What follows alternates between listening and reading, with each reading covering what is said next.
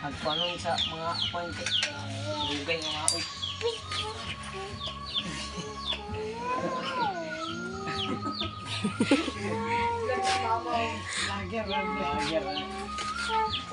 Wait.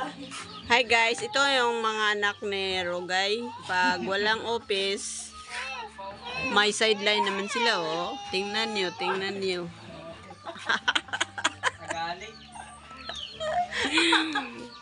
Baka mayroon kayong mga motor na mga sira-sira dyan. Ano ninyo dito sa Puro 4 para ipaayos natin yung dalawang magkapatid do. Ito yung expired. Tsaka ito naman yung pinakagwapo kong anak ko. Oh. Tingnan mo, tingnan mo. Thank you, Lord. Yung marami bang mga gawain dito, hindi pa naayos kasi busy.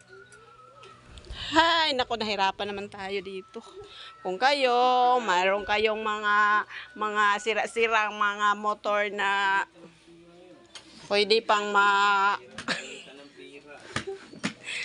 pwede pang maayos, baka recycle natin.